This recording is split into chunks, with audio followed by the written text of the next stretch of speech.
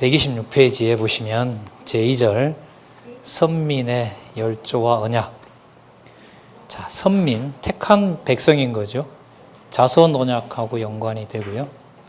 열조라는 말은 이어진다는 거죠. 그리고 언약이라는 말은 메시아를 언약하는 내용인 거죠. 자, 이렇게 되면 벌써 범위가 많이 넓어졌죠. 이 제목이 이제 제대로 설명이 되려면 선민, 아브라함, 이삭, 야곱 그 세 사람을 중심으로 해서 어떤 얘기가 나오더라도 누구 언약과 연관이 돼야 된다? 메시아 언약하고 연관이 돼야 된다. 그러면 메시아 언약하고 연관이 된다고 하면 전달하는 저는 뭐가 준비가 되어 있어야 되냐 하면 그 메시아와 관련된 내용들이 어떻게 성취됐는지를 어느 정도 알아야 되는 거죠. 그러니까 이런 제목들을 따라간다는 게 전달해야 되는 사람 입장에서 보면은 많은 그 전제가 필요한 거죠. 베이스가 단단해야 되는 거고요. 구체적인 본문도 알고 있어야 되는 거고요. 그러니까 여러분 성경신학 총서가 쓰여지는 과정을 보면 뭐가 제일 먼저 나왔죠? 창세기부터 계시록을 전체 다 보는 뭐가 먼저 나왔어요? 계론이 먼저 나온 거죠. 계론이 먼저 나왔어요. 그리고 계론을 먼저 내고 이제 테이프로 우리가 그때 공부했지만은 창세기부터 계시록까지 서너 번에 걸쳐서 강론이 계속 이루어졌죠. 그죠? 그러면서 뭐가 나오냐면 결론이 나왔죠. 그러니까 성경의 바탕을 둔 신학, 그걸 여러분 성경신학이라고 그래요. 박용기 목사의 성경신학 이런 의미가 아니고요. 성령께서 박용기 원로를 통해서 성경이 하나님의 말씀이라는 것을 확증했을 때 진짜 뭐가 가능하다? 신학이 가능하다. 그걸 압축해서 뭐라고 부르냐면 성경신학 이렇게 부르는 거예요. 물론 그 연구는 박용기라고 하는 그 목사의 고유한 연구이면 틀림없는 거죠. 앞으로 이제 세대가 지나서 여러분들과 제 후배 중에 누구 하나가 아니면 하나가 아니라 많을수록 좋으니까요. 세계의 어떤 신학적 난제들을 성경신학으로 다 해명해 나갈 때 이제 누구의 주장이냐 근거를 댔을 때는 성경신학 총서가 들어가겠죠. 자, 그래서 여기 선민 열조와의 언약에서 언약이라는 개념을 조금이라도 설명을 하고자 한다면 이것은 누구와 연관이 된다? 장차 오실 메시아와 연관이 된다. 자, 그러면 이제 더 내려와서 구체적으로 선민의 열조인 아브라함과 언약하는 내용이 어떻게 나타나는지 살펴보도록 하겠습니다. 먼저 땅 언약부터 나와요. 아브라함의 경우에는 땅 언약과 관련된 내용이 나옵니다. 그러니까 먼저 자손 땅 통치 가운데 땅 언약을, 땅을 하나님이 일단 먼저 주시고 그 땅에서 누가 태어나도록 해요? 자손이 태어나게 하는 거죠.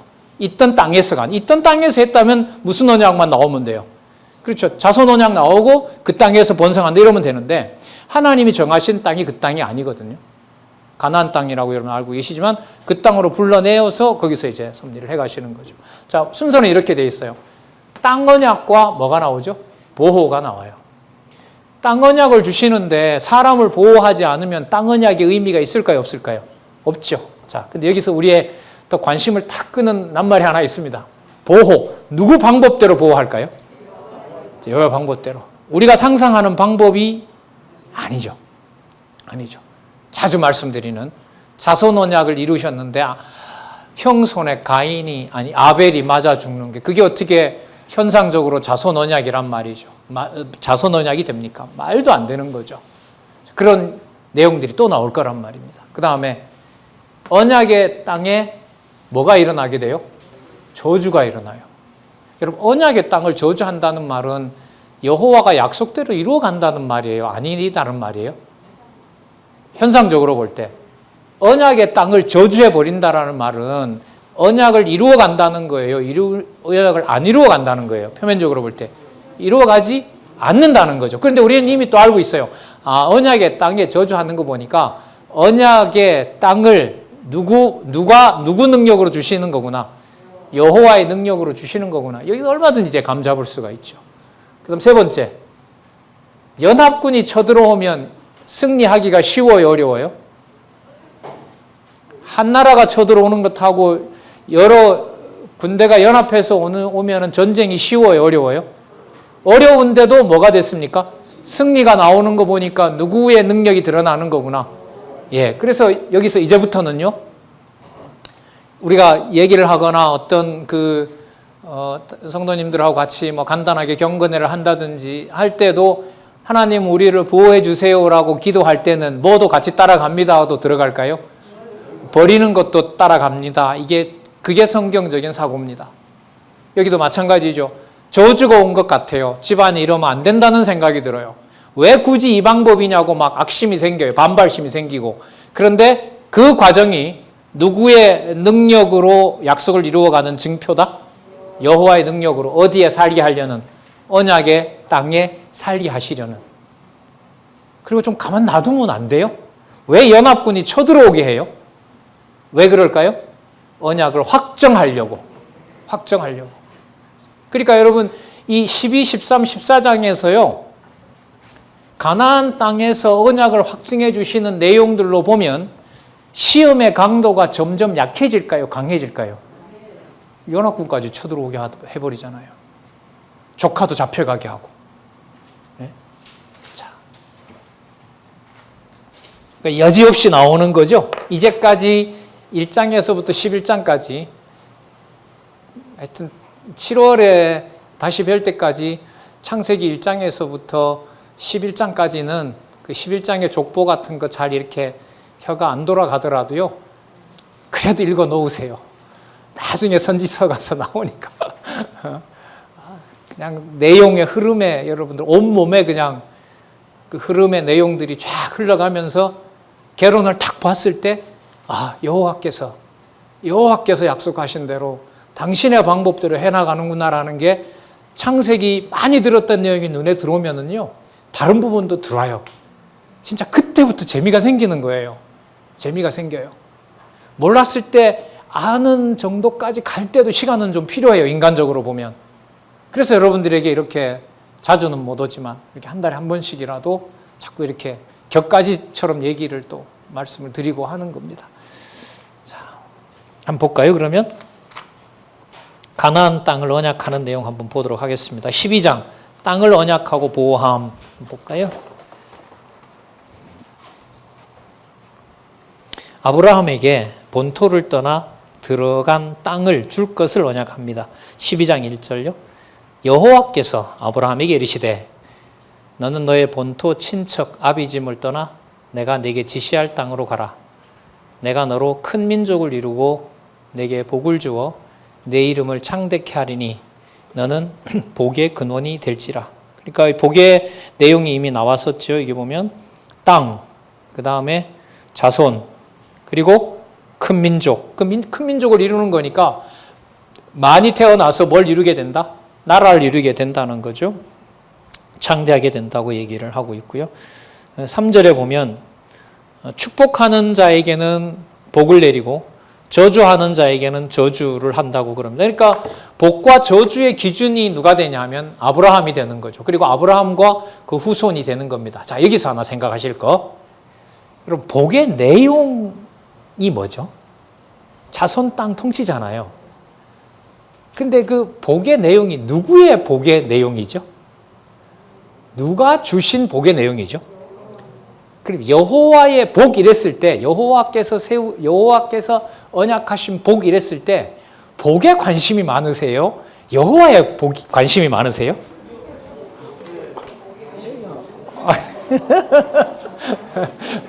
여러분, 타락한 본성으로 보면 여호와보다가 뭐가 오는 게 중요해요?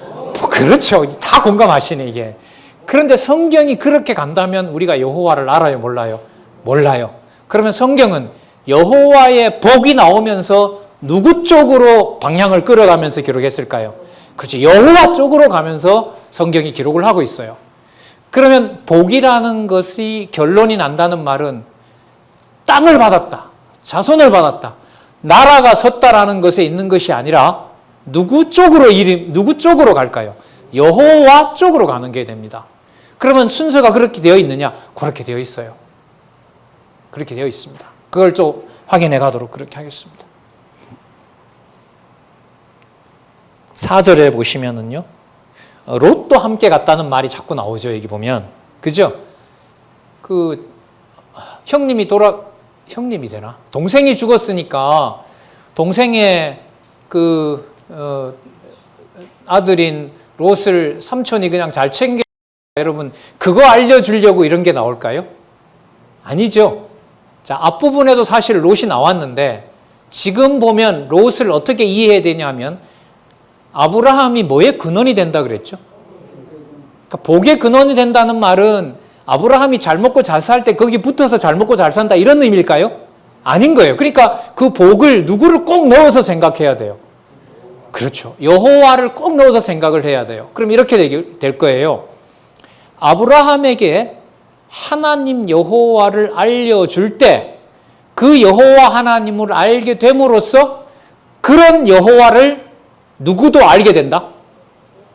롯도 알게 된다. 이런 의미인 거예요. 복의 근원이 잘 먹고 잘 사는 게 아니라고 하셨잖아요. 그게 아니거든요. 그러면 복의 핵심은 바로 누가 그렇게 해 가신다는 거죠? 여호와께서 살아계신다는 증거가 된다는 거예요. 그럼 여러분 이 내용은 어떻게 이해되느냐 하면 롯을 보호하고 롯도 함께 재물도 챙겨주고 나중에 저쪽에 누굽니까? 연합군이 와서 조카 롯을 잡아갈 때도 다시 뭐합니까? 찾아오잖아요. 물리치고 찾아오는데 그 모든 것들이 조카를 보호해줬다 이런 의미가 아닌 거예요. 그게 12장 1절에 한 낱말로 설명을 하자면 아브라함이 뭐기 때문에 그렇다? 그래서 지금부터 롯과 관련된 얘기가 끝날 때까지 결국은 여러분 잘 아시는 것처럼 롯은 누구와 누구의 조상이 되죠? 모압과 암몬. 아주 진짜 추잡한 사건이죠. 성경이라고 하지만은 그 방식을 통해서 그것도 언약 자손이잖아요. 맞아요? 그건 언약 자손 아니에요? 나중에 출애굽해서 어디로 갑니까?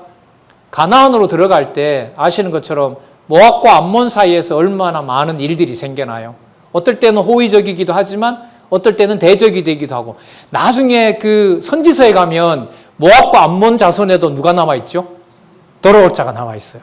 참 희한한 건데요, 이게. 어쨌든. 자, 그건 나중에 또 살펴보도록 하고요. 중요한 부분이 나옵니다. 여러분, 복의 근원이 된다? 복의 근원이 된다는 것은 아브라함에게 여호와의 이름을 기억하게 하는 복을 준다 이 말인 거예요. 여호와의 이름을 보존하는 복을 준다. 그 증거가 뭐예요? 가나안 땅에 사는 것이고 자손이 번창하는 것이고 또 통치 언약을 이루게 되는 것이고요. 그래서 이런 기사가 나와요. 6절 한번 볼까요? 아브라함이 그 땅을 통과하여 세겜 땅 모래 상수리 나무에 이르니 그때 가나안 사람이 그 땅에 거하였더라. 여호와께서 참 많이 나옵니다. 지금 여호와께서라는 말이 여호와께서 아브라함에게 나타나 가라사대 내가 이 땅을 네 자손에게 주리라 하신지라. 그가 자기에게 나타나신 여호와를 위하여 그곳에 단을 쌓고 거기서 베델 동편산으로 옮겨 장막을 치니 선은 베델이요 동은 아이라. 여러분 베델과 아이성 나중에 다 뭐 하게 되죠? 정복하게 되죠. 지금 1500년경이니 지금 2000년경이니까 앞으로 500년 후에 여호수아를 통해서 다 정복하는 땅이 되는 거죠. 자, 아이라 그가 그곳에서 여호와를 위하여 단을 쌓고 여러분 여기 동그라미 한 5개 하셔도 돼요. 누구의 이름을 불러요?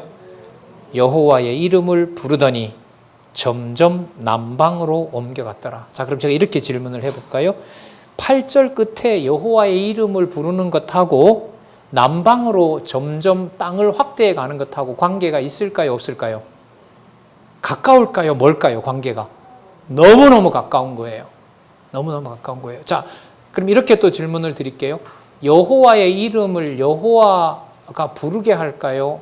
데려다 놓으면 아브라함이 저절로 부를까요? 부르게 해줘야죠. 맞죠?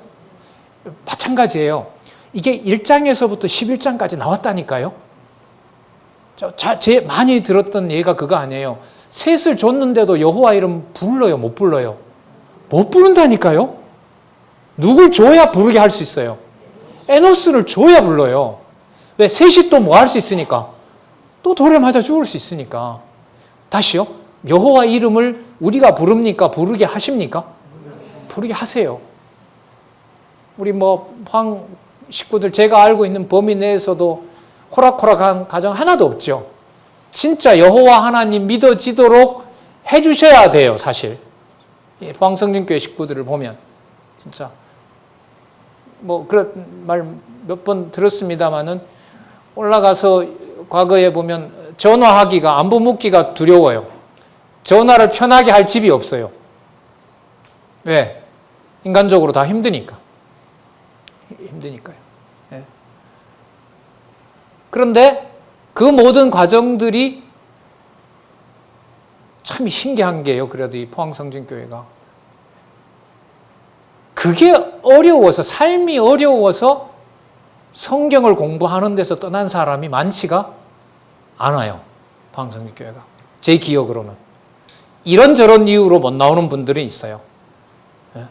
그런데 어떤 상황에서 그런 상황에서 어떻게 저렇게 견딜 수 있었는지, 제가 무슨 말씀 드리려고 하냐면, 지금부터 일어나는 아브라함에게 관련된 일들이 그거예요. 여호와의 이름을 부를 수 있는 상황이 아니라 여호와의 이름을 할 수 없는 상황으로 몰아가요. 부를 수 없는 상황으로 몰아가는데 결국은 누구 이름을 부를 수밖에 없게 하죠? 여호와의 이름을 부를 수밖에 없게 하는 거죠. 그게 여러분 우리는 앞부분의 셈이 거듭 확인한 겁니다. 자, 그럼 한번 또 보자고요. 그래서 여러분 이걸 좀 체크하시기 바랍니다. 그가 그곳에서 여호와를 위하여 단을 쌓고 누구의 이름을 부르더니 여호와의 이름을 부르더니 점점 남방으로 옮겨갔더라. 여러분 여호와의 이름을 불렀으니까 언약한 대로 땅을 준다는 얘기고, 언약한 땅을 점점 주기 위해서 눈으로 확인해 주려면 점점 뭐 해야 돼요? 남방으로 내려와서 남쪽 경계를 만들어야죠. 남쪽 경계는 여러분 나중에 결국은 누구 땅과 직결되냐면 유다 땅과 직결돼요. 제일 남방에 누가 위치하죠? 유다가 위치하게 되죠. 그러니까 애굽 직전까지, 애굽 그 강까지, 애굽 홍해까지 유다 땅이 바짝 내려갑니다. 그러니까 그걸 지금 누가 밟고 다니게 하는 거죠? 아브라함으로 하여금. 그래서 여호와의 이름을 부르게 하려고. 자, 메모 하나 하시기 바랍니다. 여러분 그 옆에다가 13장 4절 적으시기 바랍니다. 거기에 무슨 내용이 또 나오니까 그럴까요? 여호와의 이름을 불렀더라가 나오기 때문에. 자, 왜 미리 말씀드리냐면 12장의 내용도 그렇고 13장의 내용도 그렇고 사건의 마지막은 뭘로 끝난다? 단을 쌓고 누구의 이름을 부른다? 여호와의 이름을 부르게 하는 걸로. 아브라함만 그럴까요? 여러분들과 저도 그럴까요? 진짜 두 말 하면 잔소리인 거죠. 교회 생활의 핵심이 그거 아니겠습니까? 창세전에 언약하신 대로 나를 이런 환경에서 지체들과 더불어 진리의 말씀으로 소통하게 하셔서 여호와 하나님 살아계신 것을 같이 깨닫게 하시는 거. 그게 정확하지 않겠습니까? 자, 여러분 남방으로 내려가면 먹을 게 많아야 돼요? 적어야 돼요? 이제는 아시니까 대답을 잘 안 하시려고 하네. 남방으로 여호와가 지금 가게 하시잖아요. 가게 하면 먹을 것을 주고 가라고 해야 돼요? 먹을 것을 안 주고 가라고 해야 돼요? 얘기가 많아지는 건 이제 두 가지 다를 얘기하고 싶으신 거잖아요. 자손을 보호하려면 뭘 줘야 돼요? 먹을 걸 충분히 줘야 되죠. 재물도 줘야겠죠. 그런데 여호와의 능력을 알게 하려면 풍부하게 줘야 돼요? 안 줘야 돼요? 안 줘야 돼요. 그리고 고생을 시켜야 돼요? 안 시켜야 돼요? 시켜야 돼요. 너무 시키면 뭐가 없어지니까? 여호와의 언약이 약화되니까 힘든 거고, 너무 안일하게 하면 뭘 잊어버리고 여호와의 약속을 잊어버리고, 그러면 여호와께서 주신 만큼 깨닫게 하셔서 언약을 이루시려고. 자, 여기 아까 여호와의 속성 두 개가 붙는다 그랬죠. 신실하신데 뭐가 붙는다? 주권성이 붙는다. 신실하신데 주권성이 붙는다. 그래서 여러분 남방으로 내려가는데 넘겨보시면 답이 나오잖아요. 12장 1절에서부터 20절까지 무엇으로? 기근으로. 기근으로. 여러분, 애한테 서울 가서 열심히 공부해라. 엄마 아빠가 후원 잘할게 라고 해놓고 올라가자마자 생활비 딱 끊어요. 그 부모예요? 부모 아니에요? 예? 부모 아니죠. 남방으로 내려가라고 했으면 그 무서운 애굽도 있고 빨리 가서 정착하려면 있는 재산도 빨리 늘어나게 하고 아니면 다른 양떼를 뺏어다가 주든가. 그럼 그렇게 해야지. 기근을 주면 돼요? 안 돼요? 안 되죠. 이건 이렇게 하시면 안 되죠. 여호와께서. 그래서 여러분 여기 기근이 나와요. 똑같아요. 여러분 아까 공부한 원리하고 똑같아요. 왜 창세기 11장에서부터 9장까지가 셈의 후손이 번창한다는 것 속에 흩어지게 만드는 바벨 사건이 나오느냐. 하나님의 능력대로 그렇게 하신다는 걸 알려주려고 하는 거다. 남방으로 내려가서 남방 땅까지 준다는 걸 확증해 주시는데 왜 뭘 주시느냐? 기근. 여러분 똑같은 거죠. 똑같은 거예요. 자, 제목, 내용 정리해 놓은 거 한번 볼게요. 기근으로 애굽에 가서 뭐 하고도 뭘 얻어요? 속이고도 재물을 얻어요. 거짓말 했는데도 뭐를 얻고 나와요? 재물을 얻고 나와요. 여기는 뭐 분명하죠. 누구 능력대로 된다는 거. 도둑질해도 부자 된다는 얘기가 아니잖아요, 이게. 아브라함이 능력이 많고 아브라함의 어떤 성품 때문에 아브라함이 믿음의 조상이 된 것이 아닙니다. 여호와의 이름을 부르게 한다는 말은 여호와의 이름을 부를 수 있도록 여호와께서 성취해가는 내용을 아브라함에게 뭐 한다는 거죠? 깨닫게 하신다는 내용이죠. 자, 여러분 잘 아시는 내용이니까요. 보도록 하겠습니다. 고향 땅에서 이 먼 곳까지 왔는데 남편이라는 인간이 지 목숨 살리려고 날 보고 누이라고 하면 이걸 따라야 돼요? 말아야 돼요? 근데 이런 일이 세상에 많이 일어나요? 안 일어나요? 나중에 딸이 시집을 가는데 이런 남편일 수도 있으니까 너 조심해라 이런 말 하신 적 있으세요? 안 맞아요. 이게 성경 읽기가 쉽지가 않아요. 진짜. 쉽지가 않아요. 자, 바로 가서 보도록 하겠습니다. 18절입니다. 바로가 아브라함을 불러 이르되 내가 어찌하여 나를 이렇게 대접하였느냐? 내가 어찌하여 그를 내 아내라고 내게 고하지 아니하였느냐? 내가 어찌 그를 누이라 하여 나로 그를 취하여 아내를 삼게 하였느냐? 내 아내가 여기 있으니 이제 데리고 가라 하고 바로가 사람들에게 그의 일을 명하매 이 바로 왕이 있었던 일을 쭉 얘기해요. 절대로 사라 건들지 마라. 이 여자는 누구 아내다? 아브라함의 아내다. 그걸 전 국가적으로 공시를 해버리는 거예요. 그리고 그래 되면 여러분 그 땅에서 어느 누구든 건들 수 있어요? 없어요? 없죠. 그러면 누구 이름을 부르게 하는 일이 벌어진 거죠? 아까 마물의 앞 상수리에서 잔을 쌓고 여호와 이름을 부르게 한 그 이름을 계속해서 부르도록 누가 섭리하신다? 여호와께서. 그렇죠. 여러분이나 저나 교회를 중심으로 생활하는 것의 사건, 앞으로 일어날 사건도 분명한 건 하나밖에 없어요. 다 믿음을 여호와께서 주시기를 구할 뿐이죠. 누구 이름 각인시키려고 한다? 여호와의 이름 깨닫게 하려고 하는 거다.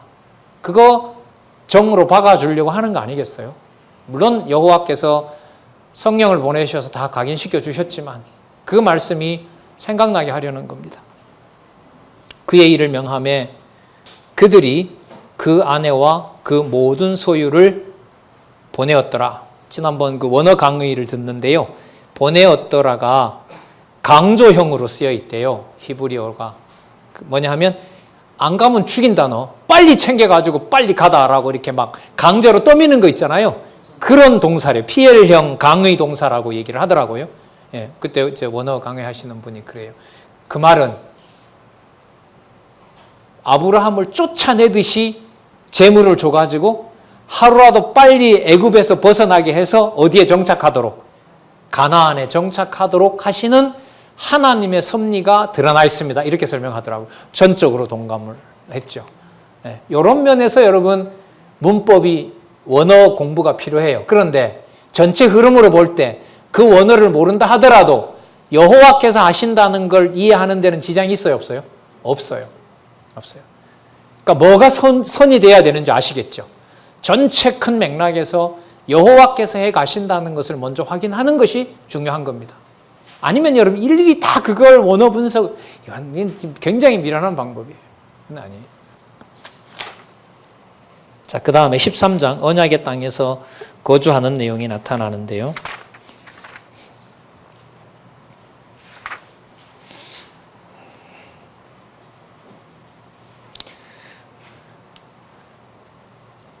여러분 죄송합니다. 큰 실수했네.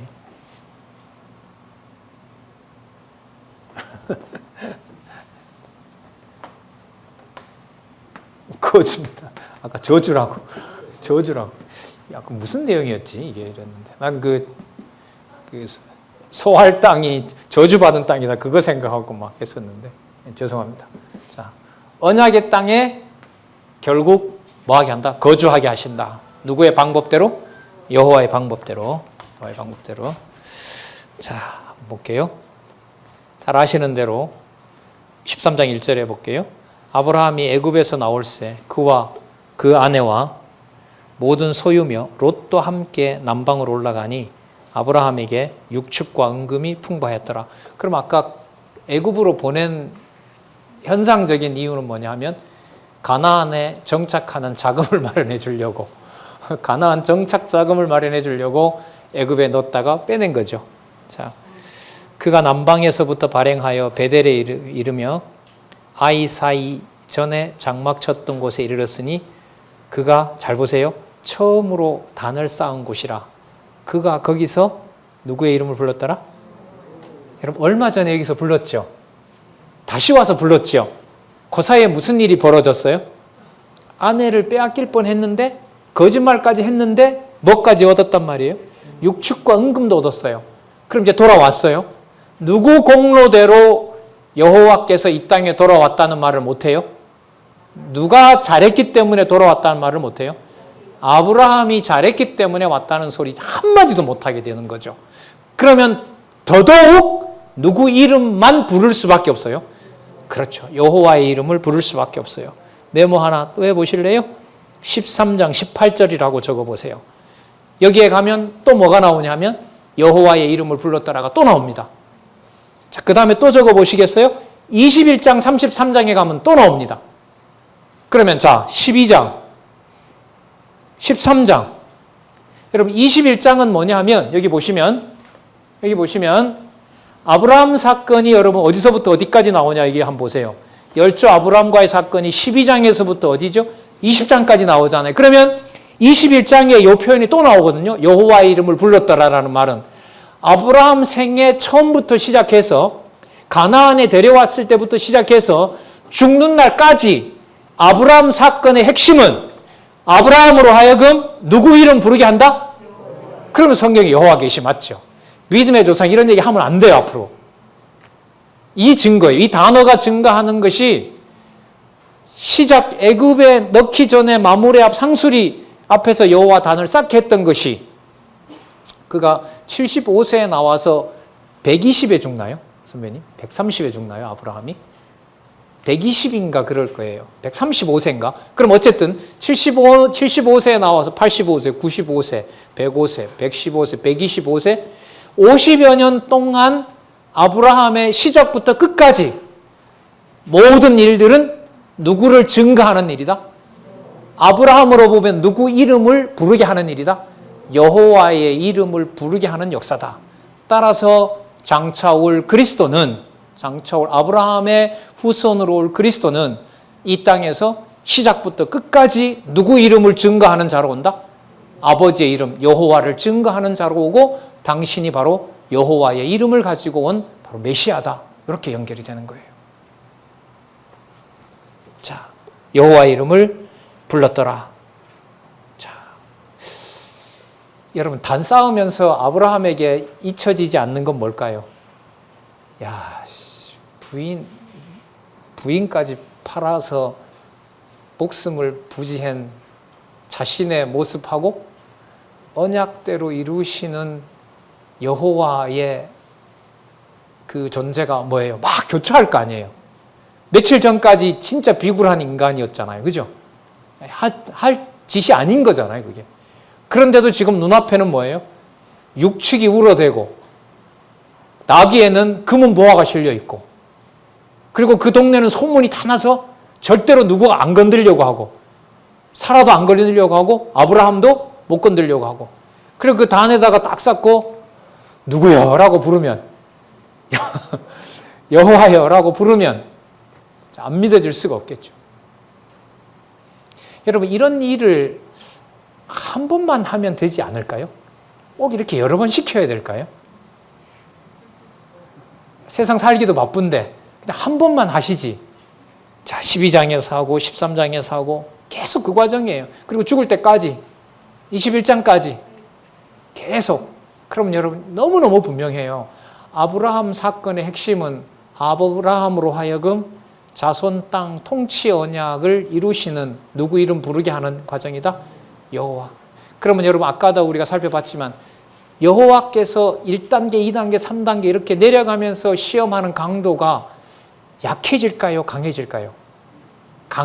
강도가, 시험의 강도가 강해지죠. 왜 강해질까요? 누구 힘대로 안 된다는 걸 더 보여줘야 되니까. 그래서 여러분 아브라함의 마지막 시험이 뭐였습니까? 예. 근데 그 과정을 겪었기 때문에 아브라함으로서는 일체 대꾸하지 않고 하나님 준비해놨다라고 가는 거죠. 그런 사건이 여러분 이 아브라함 진짜 드라마틱한 이 과정이에요. 자, 또 나와요. 한번 또 살펴보자고요.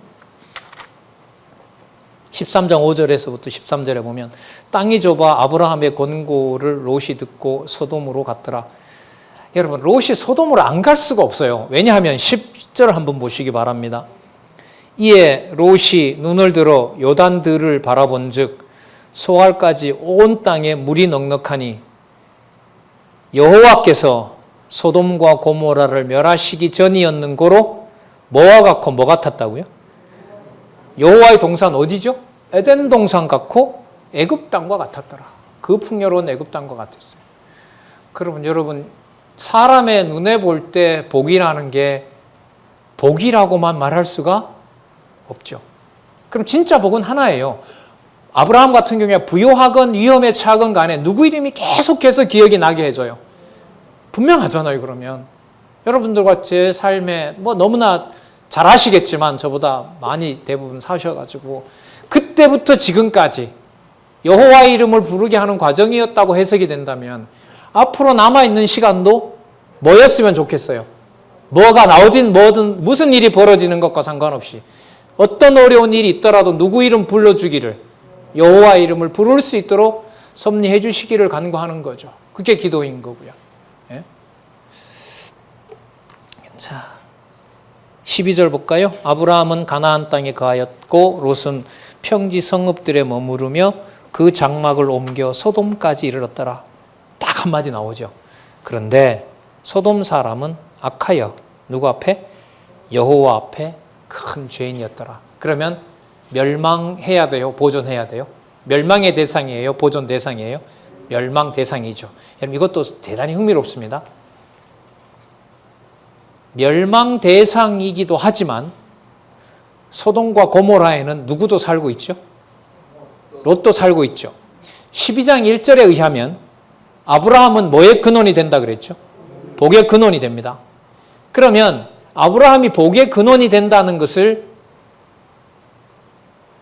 소돔과 고모라도 그대로 둬도 안 되고 왜? 누가 근원이 되니까? 여러분 아브라함이 사는 가나안이 더 잘 돼야 돼요? 소돔과 고모라가 더 잘 돼야 돼요? 약속의 땅이 어디에 있습니까? 가나안이잖아요. 그런데 지금 상황은 어디가 훨씬 더 살기 좋아요? 소돔과 고모라가 훨씬 더 좋은 거죠. 그러면 가나안 땅이 하나님의 이름이 거하는 곳이 되도록 하려면 소돔과 고모라 땅은 동시에 같이 키워가야 돼요? 아니면 없애야 돼요? 없애야죠. 왜? 거기가 무슨 땅은 아니니까. 약속의 땅은 아니죠. 그런데 또 하나는 약속의 땅이 아닌 그곳에 멸망시켜야 될 그 땅에 누구도 살고 있어요? 아브라함과 함께 평생 이제까지 따라왔던 아브라함이 복의 근원이 되면서 그 복의 근원이 되는 여호와를 알게 되는 누구도 거기에 있는 거죠. 롯도 있는 거예요. 그러니까 이 두 가지를 다 이루어야 돼요. 뭐도 유지해야 되고 복의 근원이 되는 일도 벌어져야 되고 가나안 땅을 유지하기 위해서 소돔과 고모라 땅도 뭐 해야 되고 없애야 되고 이 두 가지를 어떻게 이루냐 말이죠. 제3의 방법이 있었다는 걸 우리들 상상을 했겠어요? 우리야 성경 본문을 아니까 그렇지. 그러니까 소돔과 고모라를 멸망하면 누구도 죽게 되어 있어요? 롯도 죽게 되어 있죠. 그런데 롯을 살리려고 하면 소돔과 고모라를 멸망 못 시킬 거 아니에요. 그럼 소돔과 고모라를 멸망 못 시키게 되면 누가 더 번성하게 되고 롯이 더 번성하게 되면 가나안에 대한 여호와의 언약은 뭐가 되고 사라지고 그럼 이도 저도 못하는 거예요. 멸망시키려고 하니 롯이 있고 롯을 살리려고 하니 소돔과 고모라가 번성해야 되고 그래서 가나안 땅은 축소돼야 되고 그러면 방법은 롯도 살리고 어디도 살려야 돼요? 가나안도 살려야죠. 그 방법을 누가 사용하시는 거죠? 여호와가 하시는 방법이에요. 그게 소돔과 고모라를 없애면서 롯을 끌어내는 방법이에요. 뭐의 근원이 누구에게 있다는 게 확증이 됩니까? 그러면 그렇죠. 아브라함에게 있다는 사실을 여호와께서 확증하는 거죠. 그러면 소돔과 고모라가 타버리고 연기가 모락모락 올라올 때 그 내용까지는 안 나올 텐데요. 뭐 다른 데 그런 게 나오니까요. 제단을 아브라함이 쌓았다면 진짜 내가 믿고 있는 이 하나님이 누구구나. 여호와구나. 복의 근원이 되겠다고 했던 일을 여호와께서 이루어 가시는 거구나. 그렇게 증거가 되겠죠. 자, 보겠습니다. 13장 15절 보이는 땅을 14절부터 읽어보겠습니다. 자, 롯이 떠났습니다. 롯이 아브라함을 떠난 후에 여호와께서 아브라함에게 이르시되 너는 눈을 들어 너 있는 곳에서 동서남북을 바라보라. 보이는 땅을 내가 너와 내 자손에게 주리니 영원히 이르리라. 내가 내 자손으로 땅에 티끌 같게 하리니 사람의 땅에 티끌을 능히 셀 수 있을진데 내 자손도 세리라. 못 세죠, 티끌을. 그만큼 많게 한다는 거죠. 그 다음 보시기 바랍니다. 너는 일어나 그 땅을 종과 행으로 행하여 보라. 내가 그것을 내게 주리라. 이에 아브라함이 이 장막을 옮겨 헤브론에 있는 마물의 상수리 수풀에 이르러 정착지가 더 분명해진 거죠. 거기에 이르러 거하며 거기서 뭘 쌓았다고요? 누구를 위하여? 여호와를 위하여 단을 쌓았더라. 왜냐하면 그 땅이 누가 정해준 땅이니까. 여호와께서 정해준 땅이니까요. 자, 16장 25절 한번 메모하시고요. 26장 25절. 26장 25절 나중에 살펴보도록 하겠습니다. 나온 김에 한번 찾아보실래요? 이제 아브라함 사건도 끝나고요. 이삭으로 넘어가요. 이삭이 아브라함도 죽었지만 아브라함의 대를 이어서 바로 이 자리에서 누구 이름을 부르도록 할까요? 자, 찾아볼게요. 16장 25절. 16장 24절부터 읽어보겠습니다. 죄송합니다. 26장 23절. 죄송합니다. 26장 23절.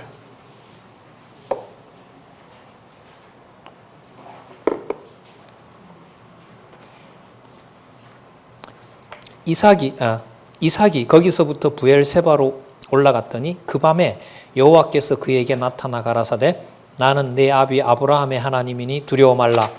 내가 내 종 아브라함을 위하여 내가 너와 함께 있어 내게 복을 주어 내 자손으로 번성케 하리라 하신지라. 이삭이 그곳에 단을 쌓아 여호와의 이름을 부르고 거기 장막을 쳤더니 그 종들이 거기서 우물을 팠더라. 누구에게도 누구 이름을 부르게 하신다? 이삭에게도 여호와의 이름을 부르게 하신다. 그 이삭 야곱 쭉 흘러가서 36장까지 이제 끝나고 37장으로 가서 애굽으로 갈 준비할 무렵에 여호와의 이름이 애굽에 가서 창대하게 되도록 여호와의 이름이 애굽에서도 계속 불려진다는 사실을 확증해 주기 위해서 37장에 가면 또 톨레도트라는 말이 나온다. 자, 이렇게 연결하면 큰 큰 멀리까지 우리는 이미 다 연결을 하고 있습니다. 자, 또 하나 우리가 질문을 하면서 들어가 보도록 하겠습니다. 창세기 14장에, 자, 13장은 여러분 뭐냐 하면, 헤브론에 있는 마므레라는 땅에 상수리 수풀에 이르러 거기서 여호와 앞에 단을 쌓았잖아요. 그죠? 예. 그리고 그 롯은 어디로 보내버렸죠? 소돔과 고모라 땅으로 보내버렸죠. 그러면 약속의 땅에는 누구만 남게 된 거죠? 아브라함만 남게 된 거죠. 그러면 그 다음에 무슨 내용이 나와야 되냐면 소돔과 고모라 땅으로 이제 그 롯을 보내버렸기 때문에 아브라함밖에 안 남았단 말이죠. 그럼 아브라함이 정착하는 이 가나안 땅은 여러분 평안하게 딱 정착을 하고 거기에는 생육하고 번성하는 일이 많이 일어나야 돼요? 아니면 우리가 생각하기에 혼란스러워야 돼요? 조용해야죠. 그래야 여러분 생육하고 번성하는 데 도움이 될 거 아니에요. 그런데 뭐가 일어나게 해요? 전쟁이 일어나게 해요. 여러분 똑같죠. 또 생육하고 번성했는데 의인이 악인한테 돌에 맞아 죽어요. 생육하고 번성했는데 전부 다 멸해버려요. 똑같아요. 누구 이름 부르게 한다는 거 우리 아까 확인해 봤습니까? 여호와 이름 부르게 한다는 것이 목적이라는 거 또 살펴봤었죠. 그래서 14장에 하나님께서 롯을 보내고 난 다음에, 이게 연결입니다. 하나님께서 롯을 아브라함과 분리해서 소돔과 고모라로 보내고 아브라함을 가나안 땅에 놓는 상황에서 왜 연합군들이 들어와서 그 땅이 전쟁터가 되어야 되느냐? 답은 또 하나예요. 누가 언약하신 것을 누구 방법대로 이루시려고? 여호와께서 언약하신 것을 여호와가 이루시려는 거예요. 여러분 계속 반복되잖아요. 다른 부분도 그렇냐고요? 그래요. 그렇습니다. 시편도 그래요. 욥 시편, 잠언전도, 아가서의 구성도 이렇게 되어 있어요. 그러니까 좋은 것과 싫은 것을 누구 좋은 대로 해석이 안 될까요? 우리 좋은 대로 해석이 안 돼요. 그럼 좋은 것과 나쁜 일이라고 하는 것을 누구 쪽에 맞춰야 해석이 될까요? 여호와께서 계신 증거다. 여호와께서 지금까지 섭리해 오신 결과다. 그걸 염두에 둘 때, 거기 쓸 때 여러분 성경은 연결이 되는 거예요. 자, 잘 아시는 대로 아브라함이 살고 있던, 더 정확하게 말씀드리면 롯이 살고 있던 그의 왕들이 저기 멀리 있는, 여기 보면 시날 땅에 있는 14장 1절에요. 시날 땅에 있는 이 5 왕을 배반하죠.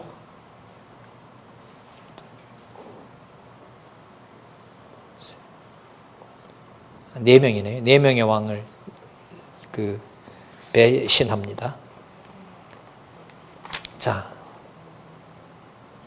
14년 동안 섬기다가 이제 소돔과 고모라에 있는 바로 이 왕들이 배신을 합니다. 근데 전쟁을 누가 패하냐면 소돔과 고모라 쪽에 왕들이 이제 패하게 돼요. 그러면서 12절에 보면 소돔에 거하는 아브라함의 조카 롯도 사로잡고 그 재물까지도 노력하여 갔더라. 자, 아브라함이 뭐의 근원이 된다고요? 복의 근원이 되는 거죠. 그러니까 여러분 지금 12장에서부터 23장까지 내용은 아까 전체적인 결론을 말씀드렸잖아요. 여호와께서 아브라함으로 하여금 누구 이름을 부르게 한다? 여호와의 이름을 부르게 한다. 그런데 아브라함은 아까 뭐의 근원이 되게 하신다 그랬다? 복의 근원이 되게 하신다 그랬다. 그러면 아브라함으로 인하여 복의 근원이 되는 증거를 확증해 주셔야 돼요. 그럼 롯과 관계해서도 아브라함이 뭐의 근원이다? 복의 근원이다. 소돔과 고모라와 관련해서도 아브라함이 뭐의 근원이다? 복의 근원이다. 모든 경우에 모든 사건들이 아브라함이 복의 근원이 된다는 것을 여호와의 방법으로 확증을 해줄 때 아브라함은 누구 이름을 안 부를 수가 없어요. 여호와 이름을 안 부를 수가 없는 거예요. 그게 여러분 12장에서부터 20장까지 나타난 아브라함과 언약했던 내용들이 흘러가는 중요한 핵심이라고 할 수가 있습니다. 자, 그러면 한번 볼까요? 13절에 보면 4장 13절에 도망한 자가 와서 아브라함에게 히브리 사람 아브라함에게, 여기 보면 누구라고 강조를 해요? 히브리 사람. 이게 왜 갑자기 얘기 나올까요? 히브리 사람. 그러니까 그 동네 본토백이 아니에요? 그러니까 지금 여러분 이 가나안 땅에 아브라함이 거기가 고향이에요? 아니면 다른 데서 온 사람이에요? 그 다른 데서 온 지역이 저기 강 너머거든요. 강 너머가 여러분 유브라데스 강 너머예요. 그래서 히브리라는 말은 무슨 뜻이냐면 강 너머에서 온 사람 이런 뜻이에요. 그러니까 그 동네 사람이 아닌 사람이, 여러분 이 말이 여기 왜 나오냐면요. 왜 나오냐면 저거 너무 억지인가 아닌가 그건 여러분 나중에 반박하시든가 말든가. 저는 이 히브리라는 말이 여기 나와요. 그 본토백이라는 말이에요? 아니라는 말이에요? 아니죠. 그런데 여러분 이 연합군과의 전쟁에서 아브라함이 명실상부 가나안 땅, 지금 여러분 쫓아간 곳이 어디냐면 아브라함이 바라보고 있고 아브라함이 지금 진치고 있는 데는요, 이스라엘의 남쪽 경계예요. 어디가 가깝냐 하면 애굽이 가까워요. 남쪽 경계에 지금 살고 있거든요, 아브라함이. 근데 아브라함이 롯을 구출하기 위해서 쫓아갔던 곳은 어디냐면 단이에요. 여러분 단이 어디냐면요, 이스라엘 북쪽 경계예요. 북쪽 경계까지 가서 저기 바벨론 지역에서 왔던 신할왕 연합군을 거기서 파해버리고 거기서 전부 다 이제 진멸을 한단 말이죠. 그러면서 남쪽으로 내려올 때는 어느 땅의 주인이 되어서 오는 거죠. 가나안 땅 북쪽에서부터 남쪽까지의 명실상부한 최고의 권력자가 누구라는 얘기예요? 아브라함이 된다는 얘기예요. 어디에서 온 자가? 저기 강 너머에서 온 자가. 그 의미를 담고 있는 것이 누구라고요? 히브리 사람 아브라함이라는 의미예요. 잘도 끼워 맞춘다. 그럼 여러분들이 끼워 맞춰보세요. 이게 여기 왜 나오냔 말이에요. 이게 히브리라는 말이. 이런 설명은 안 나와요. 여러분 언약 성취 섭리 구도에서 이 구조 속에서 이렇게 단락을 나누었을 때 보이는 거예요. 이거는. 결과적으로는 그런 거예요. 저기 건너편에서 온 자가 대연합군의 싸움에서, 여러분 나라끼리 싸움이었던 거지. 여러분 아브라함은 여기서 제3자 아닙니까? 안 그래요? 여러분 아브라함의 롯이 안 잡혀갔으면 아브라함이 전쟁에 참여했을까요? 참여할 일이 없는 거죠. 근데 지금 누가 참여를 시켜요? 하나님께서, 여호와께서. 뭐 하려고요? 여호와 이름 부르게 하려고. 어떤 과정으로? 진짜 네 눈에 보는 동서남북 다 준다고 했던 것처럼 요단 지금 서편에서 일어난 일입니다. 요단강 동편 땅에서 건너온 자가, 저기 유브라데 강에서 강 넘어서 온 자가 하나님의 약속을 받아서 눈에 보이는 동서남북 땅의 주인이 된다는 사실을 확증하기 위하여 두 나라가 전쟁을 시키고 그 두 나라 전쟁의 최후 승자는 누가 되도록 하신다? 아브라함이 되게 하는 사건이 14장에 나타난 연합군과의 싸움에서 아브라함이 개입하여 아브라함이 지배자가 되는 사건이 바로 14장입니다. 그럼 연결시켜 볼까요? 따라서 여호와의 이름을 안 부를 수가 없다. 맞죠? 네. 이런 공부에서, 제가 주로 이런 공부는 이 포항에서 이렇게 학생들하고 공부할 때부터 사실 이런 것들은 확인을 했거든요. 그때도 여러분 강론했어요. 사실 이런 내용들은 했는데, 여기서 이제 제가 뭐가 틀렸냐면, 이게 풀리냐면 역사관이 풀리더라고요. 그래서 조선이 망했구나. 그래서 여호와께서 6.25구나. 그래서 저희들이 학교 다닐 그래서 광주 5.18 항쟁이구나. 이런 게 막 풀려가는 거예요. 누구 이름을 중심으로. 누구 이름을 지금 부르게 하는 과정이에요. 그렇죠. 거기서 풀려나가더라고요. 이런 걸 보고 책 보다가 이렇게 너무 좋아서 울었던 날이 한두 날이 아니에요. 도서관에서 이렇게 숙제하다가, 그것도요. 숙제하다가 보면 이게 막 들어오는 거예요. 개인 역사도 해석이 되고, 그래서 근현대사가 이렇게 복잡하구나, 우리나라에. 아직도 집안에서도 싸우잖아요. 집안에서도 여러분 정치 싸움 하는 데가 세계에서 몇 나라 없어요. 우리나라가 그 중에. 명절 때 그러니까 뭐 얘기하면 안 돼요. 가족들 모여서. 우리시잖아. 절대로 하면 안 돼요. 두 마디만 되면 싸움 나기 때문에 안 된단 말이죠. 그만큼 뭐 하다는 거죠? 복잡하다는 거죠. 해석이 잘 안 된다는 거죠. 누구 쪽으로 가야만 돼요? 그래서 여러분 한국에 교회가 있는 게 너무너무 감사한 거예요. 저 같은 사람 아마 성경 몰랐으면 머리 터졌을 거예요. 아니면 어디 극단적으로 치우쳐서 뭔가를 했든가.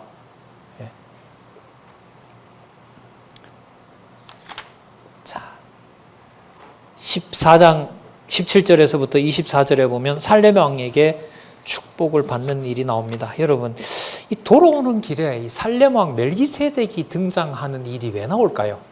이것도 궁금하더라고요. 자, 보겠습니다. 14장 18절. 왕들이 막 대접할 거 아니에요, 이제 아브라함을. 그런데 18절에 살렘 왕 멜기세덱이 떡과 포도주를 가지고 나왔으니 그는 지극히 높으신 누구의 제사장이요? 지극히 높으신 하나님의 제사장이 왜 와요, 여기에?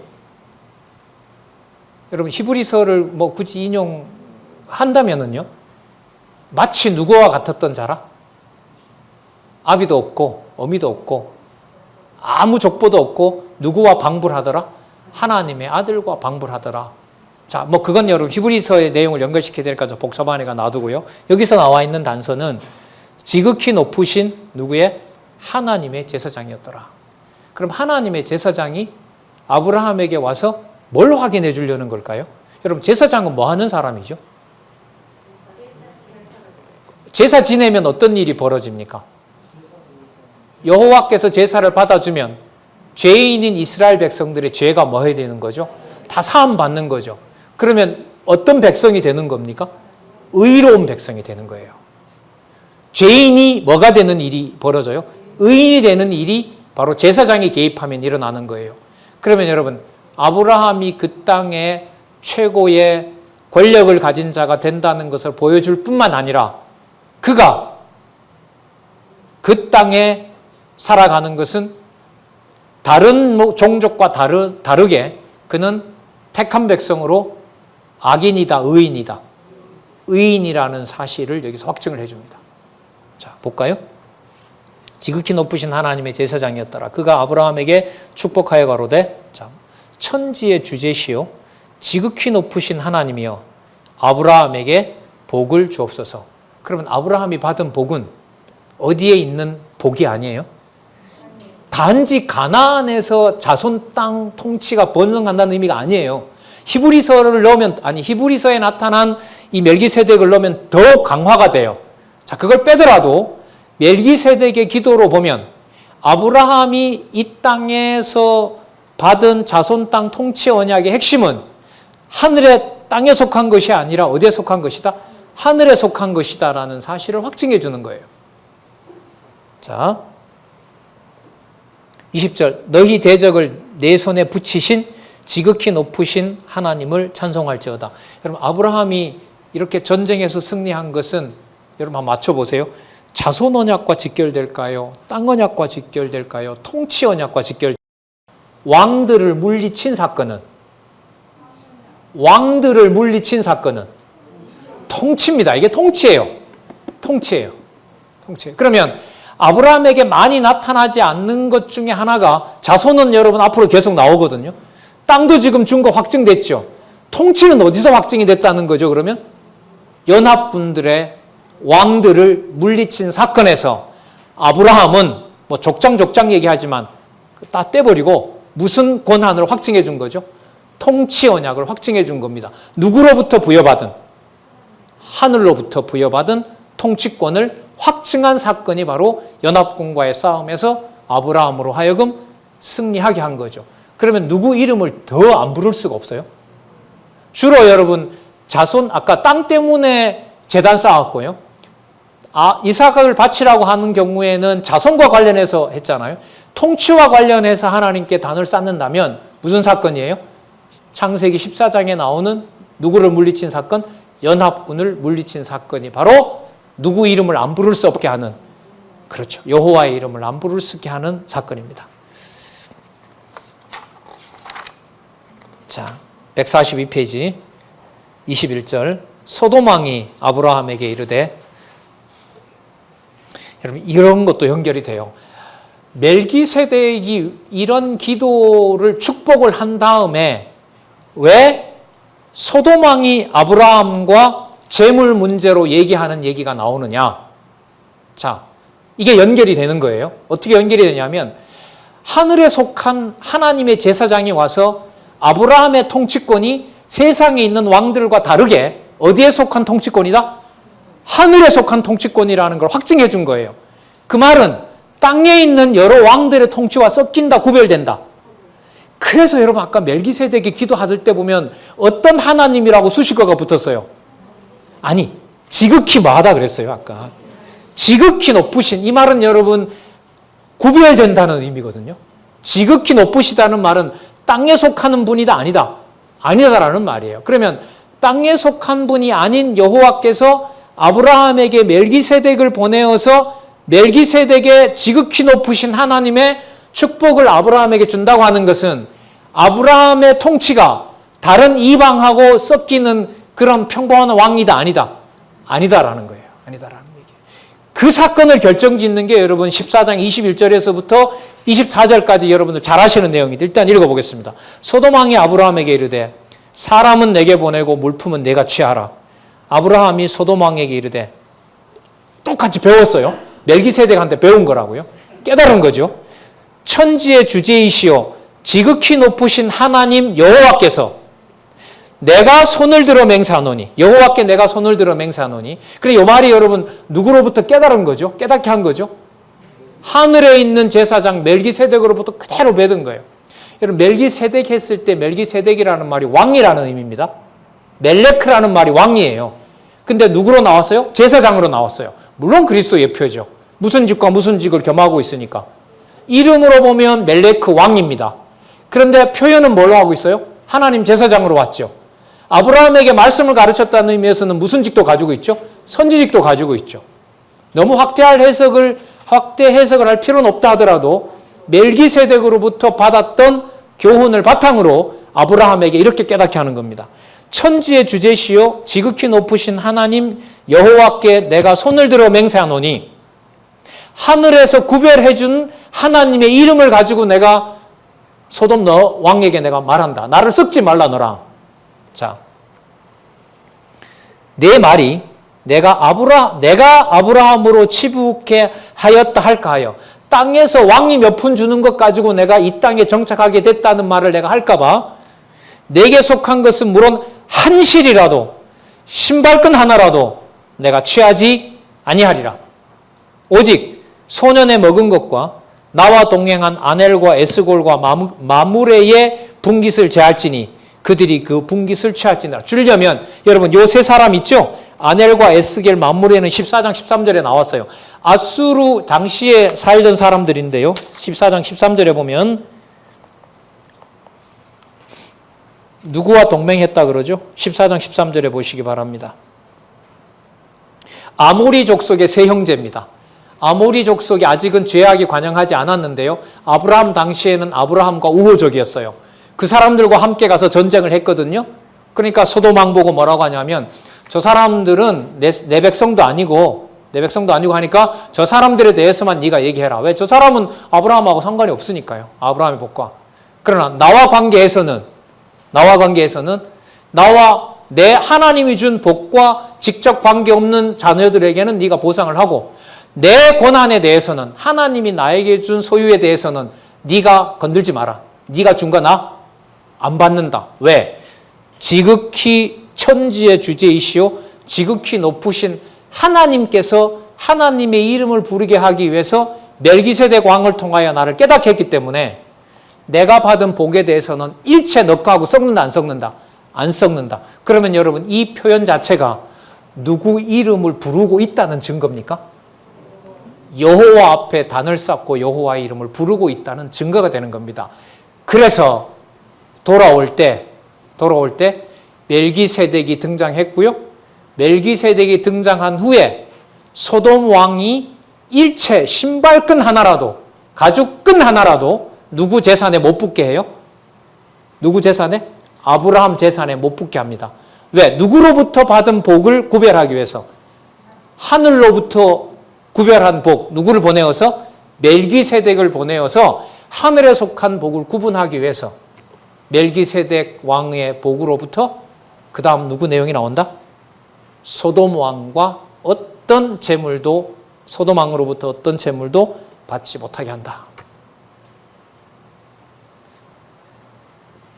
10분이나 지났습니다. 오늘 여기까지 하죠. 예.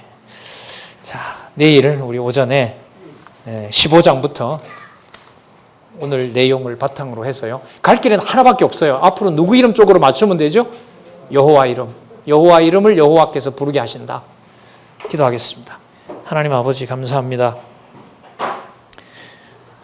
감히 입에 올릴 수 없고 감히 알 수 없는 진리의 말씀을 하나님 귀한 주의 선배 동역자들과 귀한 시간 갖게 해주셔서 하나님 너무나 감사합니다. 많은 정보를 담아서 단지 지식 욕구로 끝나는 하나님 불쌍한 일이 일어나지 않도록 하나님께서 심령을 잡아주시고 하나님 여호와를 경외하며 그의 이름을 전파하는 일에 순전하고 깨끗하게 쓸 수 있도록 귀한 진리 하나님께서 보호하여 주시옵소서. 다시 한번 진리의 말씀 볼 수 있게 들을 수 있게 말할 수 있게 해주신 것을 감사드리오며 예수님의 이름으로 기도드렸습니다. 아멘.